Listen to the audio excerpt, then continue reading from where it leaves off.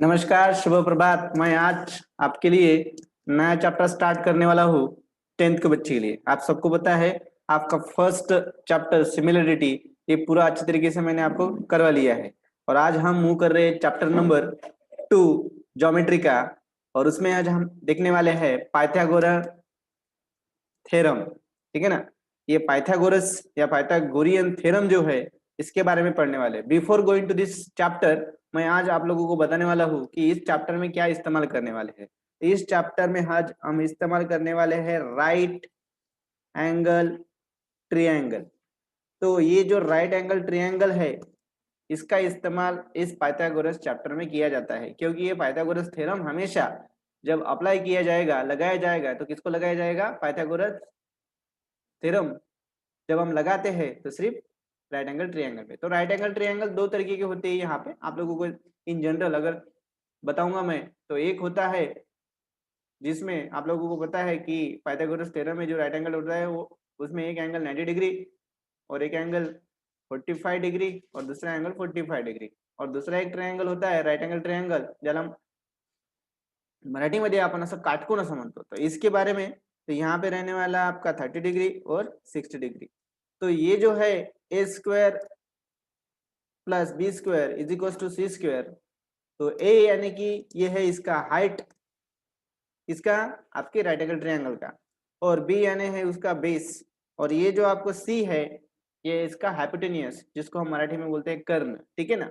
तो इसका आज हम देखने वाले पूरा चैप्टर पूरा कवर करने वाले हैं। स्टेप बाय स्टेप आपको वीडियो आएगी, आपको कंटिन्यू वीडियो देखना है लास्ट तक, बीच में कोई छोड़ना नहीं, आपको सब कुछ समझ में आ जाएगा। चलो, तो इन जनरल अगर पाइथागोरस थ्योरम लगाना है तो कैसे लगाते हैं? तो देखो, हाइपोटेनियस का square is equal to A square plus B square, यानी कि जो भी साइड है दोनों साइड उन दोनों साइड का स्क्वायर करना है और उनको मिलाना है, और फिर जो भी आपका हाइपोटेनियस है उसको एक साइड में रखना है हाइपोटेनियस। देखो, ये है आपका हाइट, ये है आपका बेस और ये है आपका हाइपोटेनियस। इसको हम बोलते हैं कर्ण मराठी में, इसको बोलते हैं ऊंची और इसको बोलते हैं बेस यानी कि पाया। ठीक है। तो आपका ये पूरा चैप्टर अभी क्लियर होने वाला है। मैं अभी आपको लेके जाता हूँ आपके किताब के तरफ।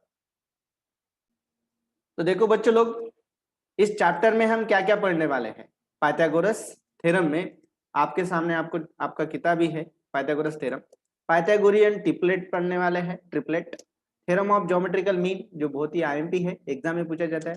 Application of Pythagorean theorem, similarity and right angle triangle. Similarity तो आपको मैंने पढ़ा लिया है फर्स्ट चैप्टर में, पाइथागोरस थ्योरम और अपोलोनियस थ्योरम। ठीक है।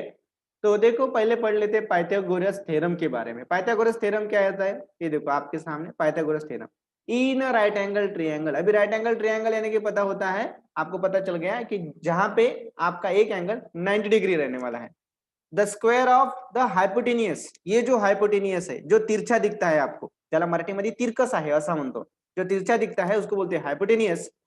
Hypotenuse, the square of the hypotenuse, square म्हणजे वर्ग, square of the hypotenuse is equals to the देखो हाइपोटेनियस क्या है इसका नाम? P R. तो पी आर का square, square of the hypotenuse is equals to the sum of the square of the remaining two sides. Sum of the square of the remaining two side, तो ये एक side है और ये एक side, तो दोनों का स्क्वायर, तो ये आपका बन गया फार्मूला। इन जनरल अगर आप इसको समझो, इसको आपने Q बोल दिया, इसको P बोल दिया, इसको R बोल दिया, तो ये आपका जनरल कन्वेंशन आ जाएगा, that is Q square is equal to P square plus R square. तो ये हो गया आपका पाइथागोरस थ्योरम। और पाइथागोरस थ्योरम में हमेशा ध्यान देना, कहीं भी आप लिखते हो तो ये लिखना क्या? In triangle PQR angle PQR, ये जो आपको यहाँ पे एंगल दिख रहा है ना, angle Q is 90 degree, therefore by applying Pythagoras theorem, Pythagoras थ्योरमचा वापर करून असं लिहायचं। ठीक है, यहाँ पे लिखना है। चलो आगे बढ़ते हैं। पाइथागोरियन ट्रिपलेट, अब ये ट्रिपलेट इसके नाम ही है, देखो पाइथागोरियन, ये तो पता चल गया कि पाइथागोरस थ्योरम हमेशा लगता है जहां पे 90 डिग्री एंगल रहता है, यानी कि राइट एंगल ट्रायंगल, जिसको हम मराठी में बोलते हैं काटकोण त्रिकोण। इन अ ट्रिपलेट, ट्रिपलेट यानी कि क्या? तीन तीन तीन साइड है सर, ट्रिपलेट लगने वाला है, लेकिन क्या है इन तीनों साइड में कुछ तो भी रिलेशन है। क्या relation? In a triplet of natural number if the square of the largest number, जो भी रहेगा लार्जेस्ट नंबर उसका स्क्वायर करना, equal to the square of sum of the square of the remaining two number, और जो बचे वाले जो नंबर दो रहेंगे उनका भी स्क्वायर करना है और सम करना है, यानी कि एडिशन करना है। The triplet is called Pythagorean triplet. मतलब क्या समझा आपको, ये समझा कि जो बड़ा नंबर रहेगा उसका स्क्वायर करना है और जो उससे दो छोटे नंबर रहेंगे उनका स्क्वायर करना है और स्क्वायर करके उन दोनों को मिलाना है, और जो बड़े नंबर का स्क्वायर आया और ये मिलाने के बाद में स्क्वायर, अगर इन दोनों का स्क्वायर सेम आता है, मिलाने के बाद में इनका सम अगर सेम आता है, एडिशन अगर सेम आता है, तो बोलने का कि ये पाइथागोरियन ट्रिपलेट है, अन्यथा नहीं है। फर्स्ट एग्जांपल आपके सामने इन ट्रिपलेट 11 60 61, मैं सब एग्जांपल लेने वाला हूं, पहले ही आपको समझाने वाला हूं, फिर पीपीटी के ऊपर भी एग्जांपल भी ले लूंगा। तो देखो 11 का अभी इसमें लार्जेस्ट नंबर सर कौन सा है, तो लार्जेस्ट नंबर है सर 61। तो 61 का स्क्वायर किए तो कितना आया 3721। मैं इसका ट्रिक भी बताऊंगा आपको कि इसका स्क्वायर भी कैसे डायरेक्टली फाइंड करना है, ये भी बताऊंगा, कोई टेंशन वाला काम नहीं, ठीक है।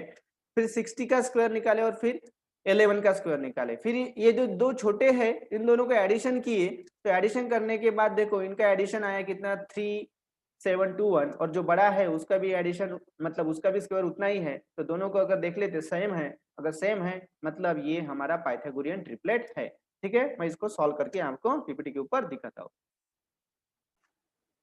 तो देखो मैं अभी आपको बता रहा हूँ एग्जाम्पल जो आपने अभी आपके किताब में देखा, Pythagorean triplet. For example first triplet लिया है हमने 11 60 और 61, ठीक है। तो इसमें से पहले लार्जेस्ट नंबर सर निकालेंगे, पहले लार्जेस्ट नंबर। तो लार्जेस्ट नंबर है कौन सा आपका 61। 61 का स्क्वायर करोगे आप लोग तो क्या हो जाएगा 3721। अभी इसको निकालना कैसा है, इसका ट्रिक भी देख लो। 61 और इसका स्क्वायर करना है, तो क्या करना है, सिंपल देखो, आप लोगों ने ये फॉर्मूला सुना होगा a प्लस बी का स्क्वायर, यानी कि क्या होता है A square plus twice A B plus B square. तो बस इसी फॉर्मूले का इस्तेमाल करके मैं यहाँ पे निकालने वाला हूँ। देखो सपोज मैं इसको क्या मानूंगा, इसको ए बोलूंगा और इसको बी बोलूंगा, तो यही लगाना है फार्मूला। अगर यहाँ पे फार्मूला लगा दोगे तो क्या हो जाएगा 6 का स्क्वायर 36, फिर स्लैश मारो ऐसा, फिर क्या 2 इंटू ए इंटू बी, तो 2 इंटू ए यानी कि 2 इंटू 6 यानी कि 12, 12 इंटू 1 12 ही हो जाएगा, फिर 1 का स्क्वायर 1 हो जाएगा, ठीक है। तो फिर नीचे से कैसे लिखना है, देखो ये जो है आपका ये जैसे का वैसे लिखो पहले वाला, फिर ये 2 जैसे का वैसे, ये एक्स्ट्रा है ना इसको ऐड कर दो, तो 6 प्लस 1 7 हो जाएगा, और ये 3, तो आपका आंसर आ जाएगा 3721। मतलब आपको समझ में आ गया अभी कैसे निकालना है। ये हो गया लार्जेस्ट नंबर। और जो बचे वाले नंबर है, बचे वाले नंबर कौन सा है, अभी बचे वाला नंबर है आपका 11। फिर 11 का स्क्वायर करोगे तो कितना आ जाएगा 121, ये आपको आता है, आप चाहे तो इससे भी निकाल सकते हो। फिर 60 का स्क्वायर करोगे तो कितना आ जाएगा, 6 का स्क्वायर कर दो 36 और डबल 0 लगा दो, और फिर इन सब का एडिशन करोगे तो इन सब का एडिशन करने के बाद कितना आ जाएगा 1 2 7 3। तो ये जो है इन दोनों का एडिशन और ये लार्जेस्ट नंबर का एडिशन ये सेम आ रहा, मतलब 11 60 और 61 ये हमारा क्या है, ट्रिपलेट है, ठीक है। आपको क्लियर है अभी मैं दूसरा एग्जांपल भी ले लूंगा आपको। चलो दूसरा एग्जांपल, सिंपल एग्जांपल अगर मैं लेता हूं, देखो 3 4 5, ठीक है 3 4 5। तो आपको यहाँ पे लार्जेस्ट नंबर जो दिख रहा है, लार्जेस्ट नंबर क्या है 5, 5 का स्क्वायर कितना हो जाएगा 25, और जो बचे वाले नंबर है, बचे वाला नंबर कितना है सर 3, 3 का स्क्वायर करोगे तो 9 हो जाएगा, 4 का स्क्वायर करोगे तो 16 हो जाएगा, और इनका एडिशन कर दोगे तो कितना हो जाएगा ये 25। तो ये 25 और ये 25 दोनों सेम है, मतलब हमारा जो 3 4 5 है ये क्या है, पाइथागोरियन ट्रिपलेट है। क्लियर है, मतलब आज आप लोगों का ट्रिपलेट ये वाला कंसेप्ट पूरा क्लियर हो जाएगा। मैं और अभी आपको आपके किताब में जो भी एग्जाम्पल है वो भी बताने वाला हूँ, और एक्सरसाइज में जो भी है वो भी दिखाने वाला हूँ। तो देखिए आपकी किताब में आप लोगों को दिख रहा होगा यहाँ पे, ये वाला तो हमारा हो गया है 3 4 5, चाहे तो आप इसका भी कर सकते हो 5 12 और 13 का। अभी देखो आपको पता है यहाँ पे सबसे बड़ा जो नंबर है कौन सा है, देखो मैं यहाँ पे सॉल्व करके दिखाता हूँ आपको। सबसे बड़ा नंबर है 13, 13 का स्क्वायर कितना होता है 169, और आपको पता है यहाँ पे छोटे नंबर कौन सा है, 5 का स्क्वायर बोले तो आप बोलोगे सर 25, और 12 का स्क्वायर बोले तो 144, और इन दोनों का एडिशन कर दोगे तो कितना आ जाएगा ये वाला, ये आ जाएगा आपका 169।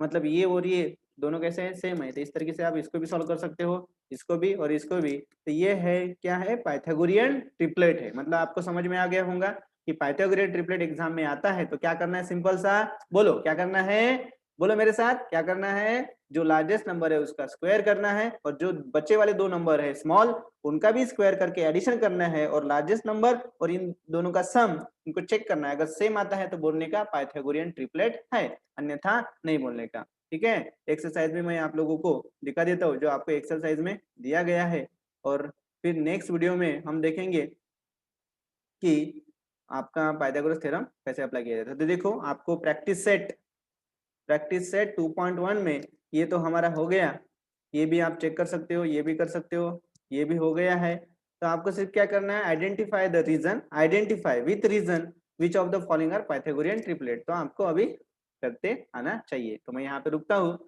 और फिर मिलेंगे हम नेक्स्ट वीडियो में। चलो सबको बाय।